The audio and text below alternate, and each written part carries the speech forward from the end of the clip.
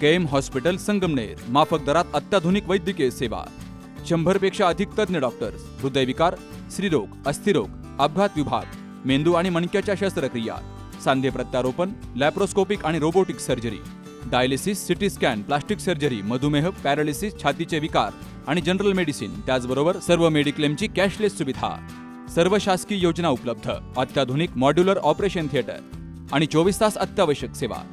ठिकाण विठ्ठल मंदिरासमोर, Akole bypass road, Sangamner. संपर्क 99532 99532.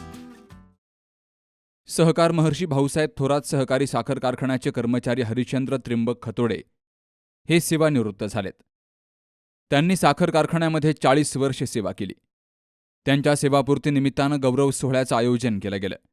राज्याचे माजी महसूल मंत्री बाळासाहेब थोरात, माजी आमदार doctor Sudhir Tambe, vice chairman Pandurang शेठ घुले, संचालक नवनाथ अरगडे, माजी जिल्हा परिषद सदस्य आर्यम कातोरे, अजय फटांगरे, ॲडव्होकेट बाबासाहेब गायकर, संतोष हासे, लतिका गायकर, महेंद्र गुंजाळ, अमोल शेलकर, आनंद हासे यांसह अनेक मान्यवरांच्या उपस्थितीमध्ये हा सेवापूर्ती गौरव सोहळा पार पडलाय.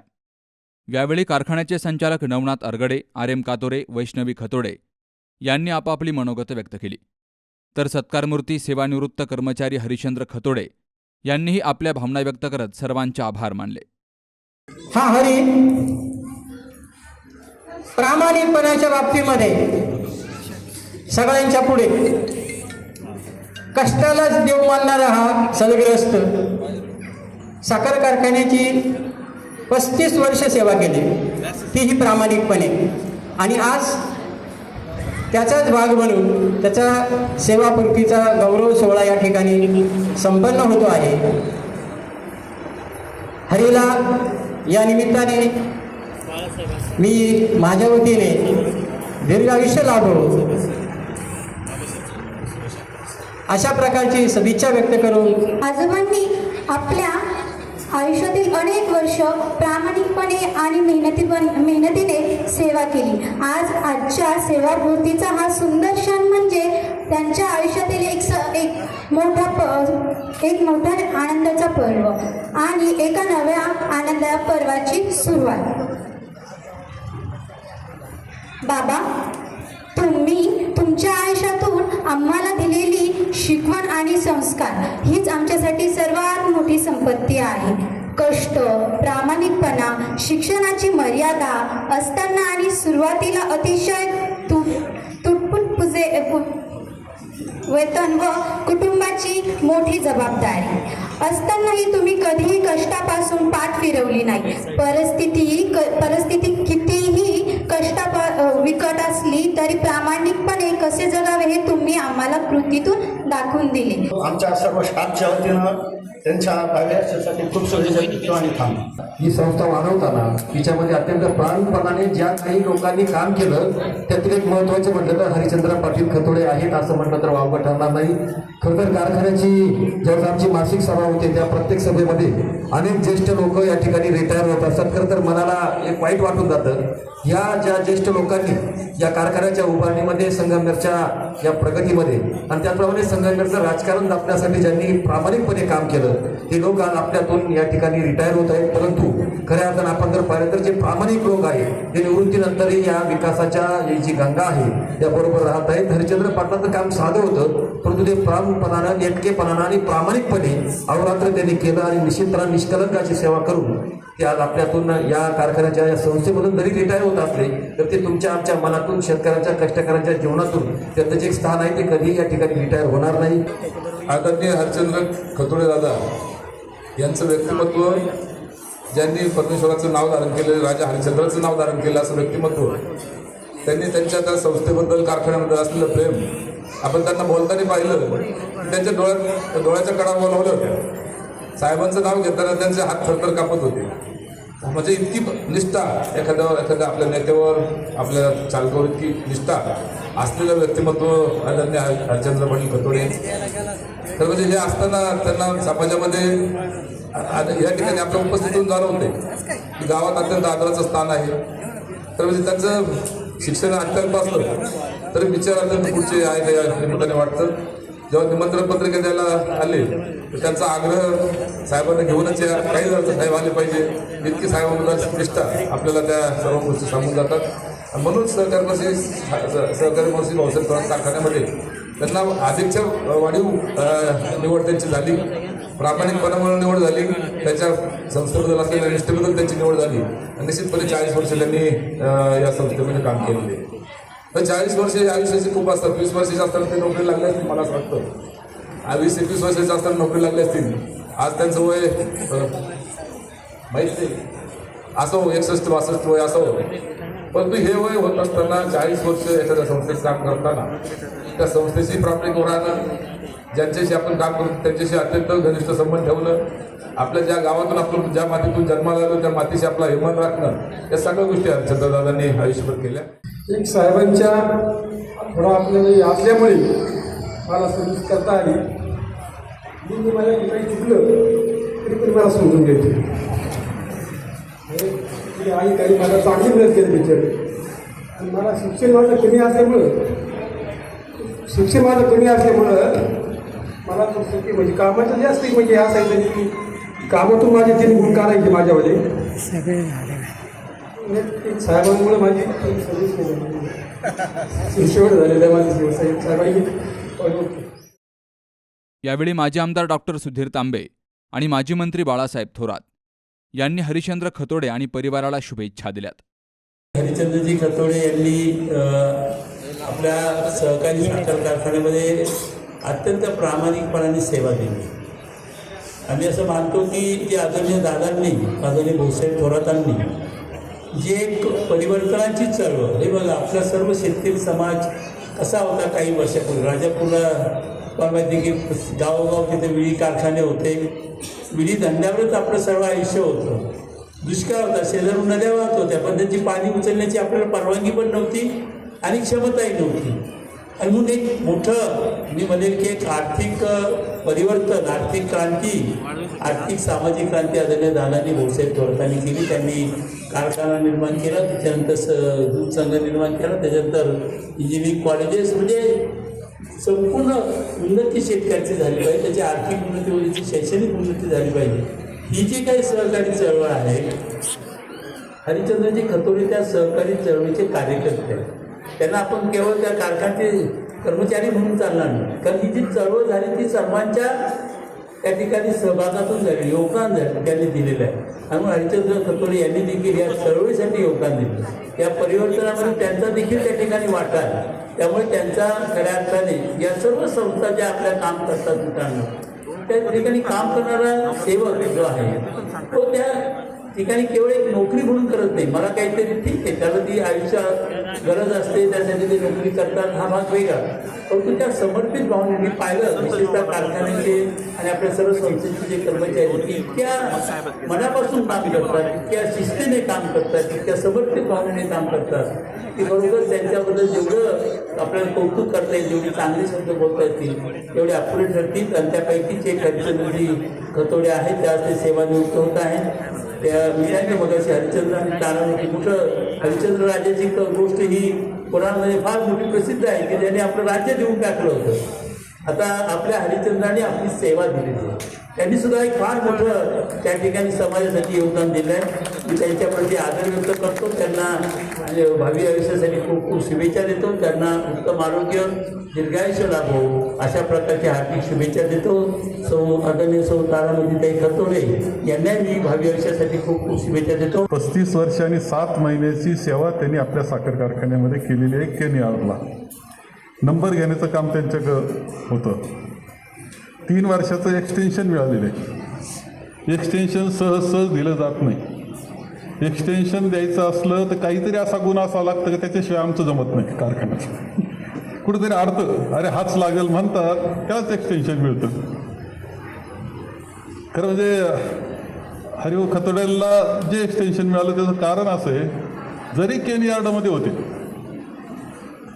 35 वर्ष 7 महिने केनियार्डमध्ये होते, नाव केनियार्ड होतं, पण तालुक्यात कुठंही काही प्रश्न असला तर हरिभाऊ हजर.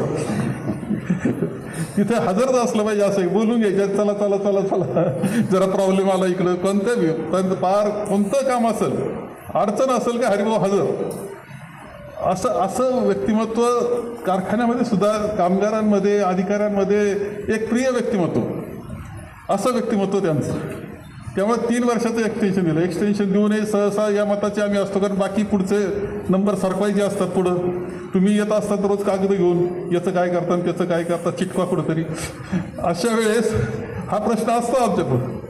परंतु त्यांच्या या गुणवैशिष्ट्यामुळं 3 वर्षाचं एक्सटेन्शन त्यांना दिलं गेलं. तुम्ही मोठे भारी ती तुमच्या सगळ्यांची खूप लाडकी याच्या कारण म्हणतो का हरिभाऊकडून जेवणच घ्यायचं असं सगळं गाव म्हणतो तो म्हणे. मग अशी बसल्यानंतर मला हरिभाऊ म्हणे हे मुलं आणि हा जावई. म्हणलं मला तर याच्यात असं दिसतं की तुम्हाला मुलगी नाही, आमच्या भावाची जावई म्हणजे आमच्यात फरक नाही बरं काय. किती वैशिष्ट्यपूर्ण वाक्य आहे. फरक नाही म्हणजे जावई त्यांचं जावई माझं जावई, म्हणजे असं नाही म्हणलं की आमच्या भावाचा जावई असं नाही, आमचा जावई माझा जावई. हे वैशिष्ट्य स्वभावच आहे. आणि ह्या सगळ्या गुणामुळे तुमची एक प्रेम त्या व्यक्तिमत्वावर, आणि म्हणून जेवण दिलंच पाहिजे. गड्यानं आट घातली, मी आलो तरच कार्यक्रम आणि मगच जेवण. आता याच्यात गेले 3-4 महिने. आता तुमच्या सगळ्यांची क्षमा माहिती पाहिजे का 4 महिने तुमचं जेवण उशिरा मिळाले. त्याच्यात मला कुठं ऑस्ट्रेलियाला गेलो, कुठं इकडं गेलो, तिकडं गेलो, पळापळी, लग्न म्हणजे काय साधे लग्न नसतात. आपल्याला माहिती आहे तडाखाच असतो, 15-20 अटेंड करावंच लागतं. हे सगळ्या याच्यात उशीर झाला. परंतु अत्यंत सुंदर सोहळा आजच्या या निमित्तानं येथे होतो आहे. हरिश्चंद्र असेल किंवा सगळे जी सेवा आपण काही असलं तरी एक गोष्ट लक्षात घ्या, नगर जिल्ह्यात पहा नाही तर काही शेजारी पाजारी पाहायला हरकत नाही, आपला कारखाना चांगला म्हटला जातो. काही असो आमचा कारखाना चांगला चांगला. याचे जे कारणं असतात हे खरं, नेतृत्व हे महत्त्वाचंच असतं. संचालक चेअरमन असतो, व्हाईस चेअरमन असतं, नेतृत्व असतं, अधिकारी असतात. परंतु गाडीला जसे अनेक गोष्टी असतात, अनेक गिअर असतात, हे असतं सगळं असतं, त्याच्यातून ती गाडी चालती. तसा प्रत्येक माणूससुद्धा तिथं महत्त्वाचा असतो, त्यावेळेसच गाडी चालती, कारखाना चांगला चालतो. अशा वेळेस ही सगळी माणसं यांनी मनापासून सेवा केली. त्याच्यामध्ये कुठं काटकसर, कुठं असे हे नाही, कुठं काम चुकारपणा नाही, काही नाही, ती सेवा होती. आणि ह्या सगळ्यांच्या एकत्र प्रयत्नानं, सेवेनं आज आपला लौकिक चांगला आहे. कुठं काय चाललं हे सांगत नाही, परंतु आज लौकिक आपला चांगला आहे. तर ह्या सगळ्या याच्यामध्ये म्हणून कौतुक केलं पाहिजे की ह्या सगळ्यांच्या प्रयत्नानं आपला साखर कारखाना चांगला आहे. पण आणखी एक गोष्ट मी सांगू इच्छितो, निवळ साखर कारखाना चांगला असा नाही, ज्या वेळेस राजकारणाची वेळ आली त्यावेळेस गावं सांभाळण्याची, माणसं सांभाळण्याची, उभं राहण्याची वेळ, कारण तो नागरिक असतो गावचा, ती सुद्धा जबाबदारी मनापासून पार पाडली. यांनी पाडली, बाकीच्यांनी पाडली. म्हणून आपल्या तालुक्याच्या विकासाचा म्हणजे मला जी संधी मिळाली ती संधीमध्ये ह्या सगळ्यांचा वाटा आहे. याच्यातूनच आपण मोठं होत असतो. कुणी जर मंदिराचं शिखर म्हणायला लागलं पहा मी किती मोठा, तसं नाही, पायात दगडं असतात म्हणून मोठा असतो. पायातल्या दगडाशिवाय काही कोणतं मंदिर उभं राहत नाही, हे लक्षात ठेवावं लागतं.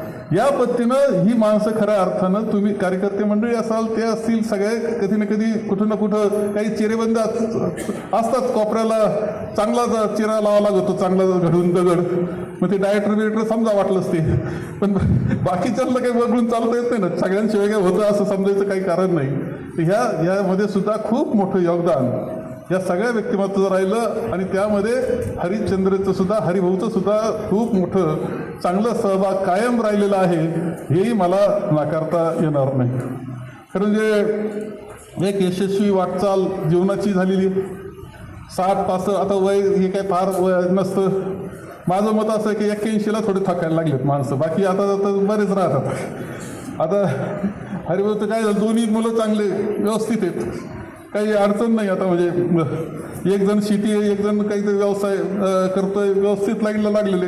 आम्ही असं पाहिलं साखर कारखान्याचे एकदा 26 जणांचा आम्ही कार्यक्रम केला सेवानिवृत्तीचा. त्याच्यातच होतं, 26 जणांचा होता, 26 जणांचा.